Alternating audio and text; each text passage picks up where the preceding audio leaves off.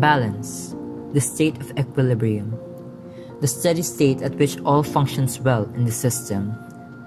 Life as we know it is an amalgam of continuously changing elements that all amount to a uniform state.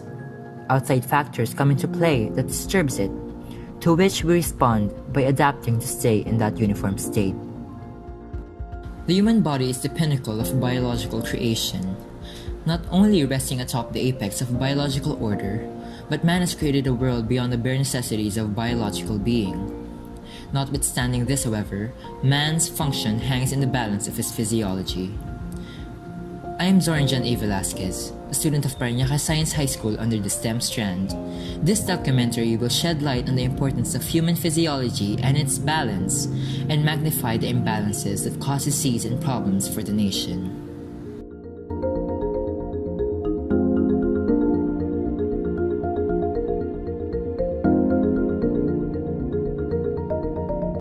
Homeostasis, the state of equilibrium in which the body has the capability to control its internal conditions for stability and normal operation of the body.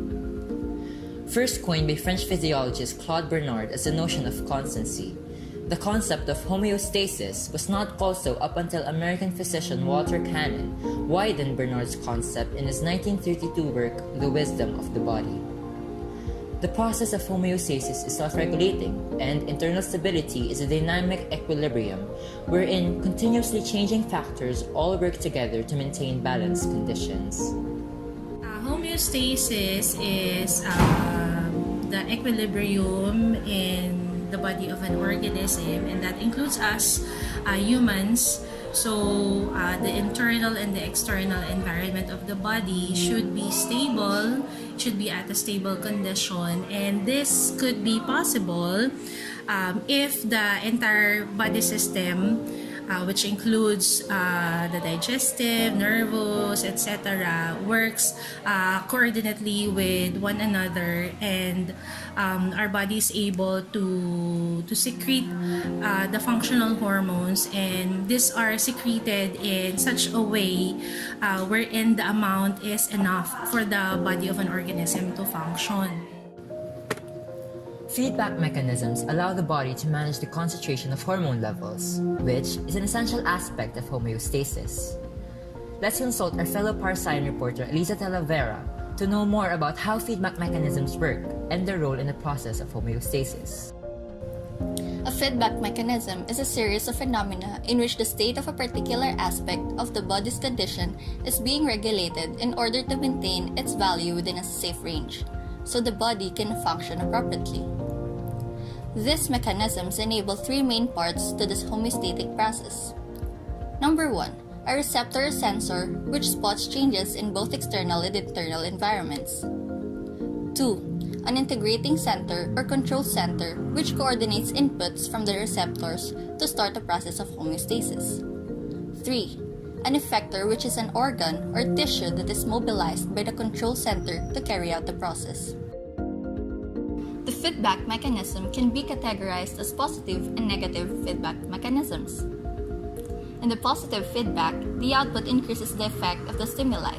This feedback system is normally applied to control uncommon conditions like ovulation, blood clotting, or pregnancy. For example, during childbearing, contractions enable the body to release oxytocin, and this event prompts more contractions, and thus increasing the levels of oxytocin released. On the other hand, negative feedback is the direct opposite of the positive feedback. The output reduces the effect of the stimuli in order to maintain balance or the ideal value.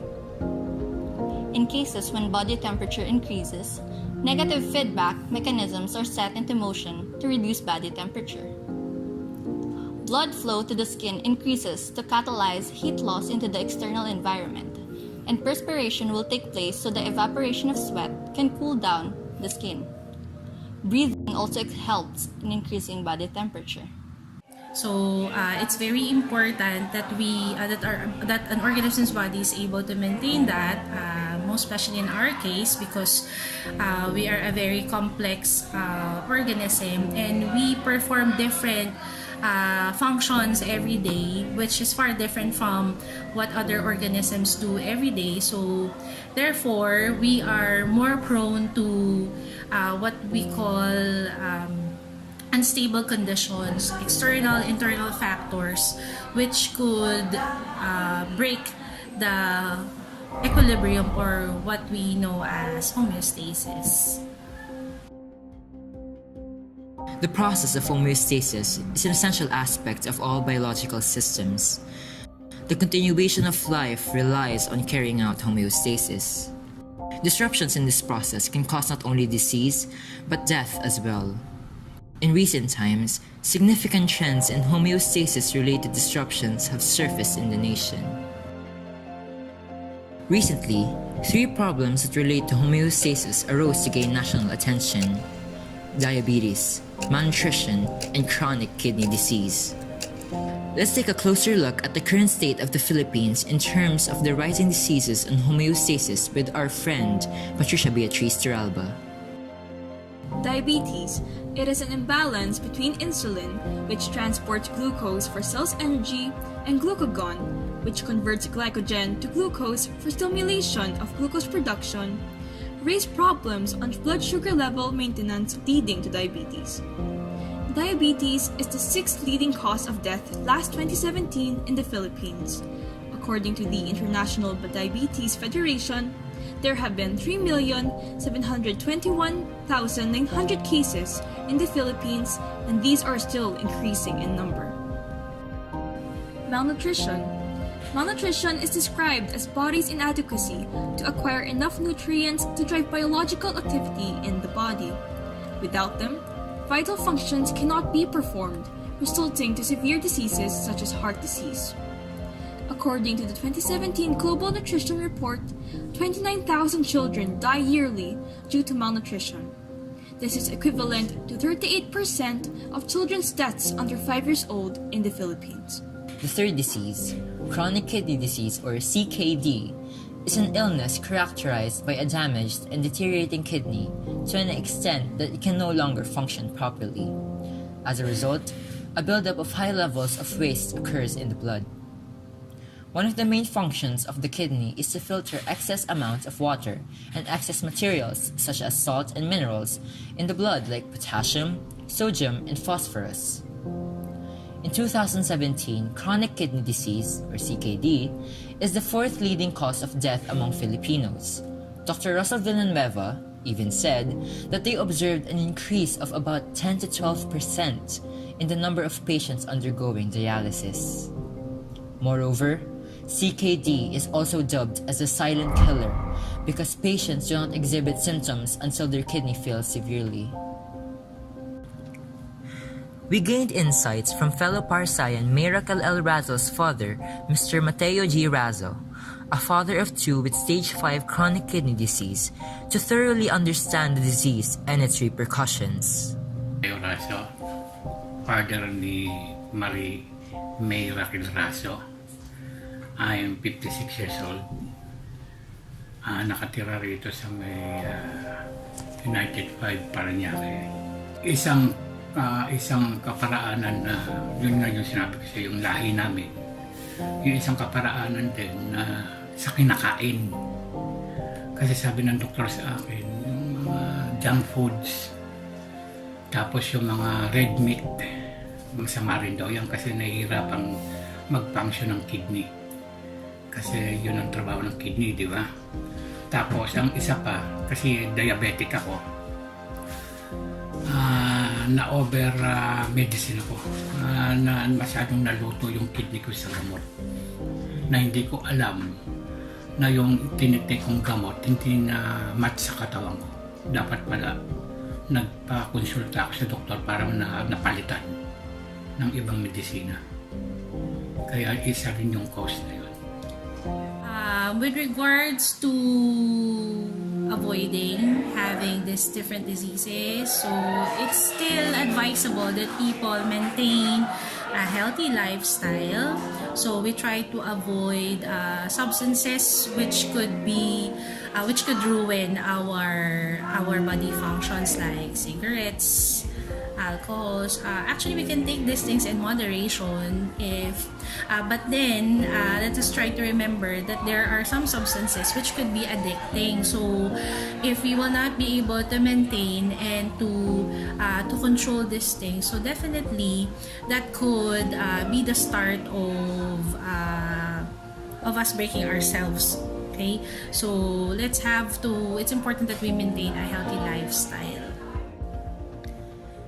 The nation is at a major crisis in its bout with non-communicable diseases. Statistics from the Department of Health, citing experts from the United Nations, show how 1 out of every 3 Filipinos die before the age of 70 due to non-communicable diseases. We're in our Department of Health and other non-government health-related organizations. They try to promote having healthy lifestyle, and they also try to promote how to avoid different diseases like AIDS, diabetes, hypertension, cancer. So actually the government is doing already so many things about making sure that people will have enough knowledge regarding this. But then I think whatever the government will do, it will still depend on how people will react to that, how people will respond to that. So whatever actions our government will do, so basically it will still depend on us whether we will take it positively or negatively. Diabetes is one of the 4 main categories of NCDs stated by the Department of Health, the other 3 being cardiovascular diseases, cancers, and chronic respiratory diseases. Since young people, they still have a long way to go, so they have more freedom when it comes to what they do with their body, what they eat, what they do physically. So it's important still that at a very young age we teach them. You teach yourself also to be healthy. It's really important that we have this knowledge about how to maintain a lifestyle, and it's also important, and that's the reason why students at school are given this concept, specifically in bio, about homeostasis, because that's basically it, maintaining balance.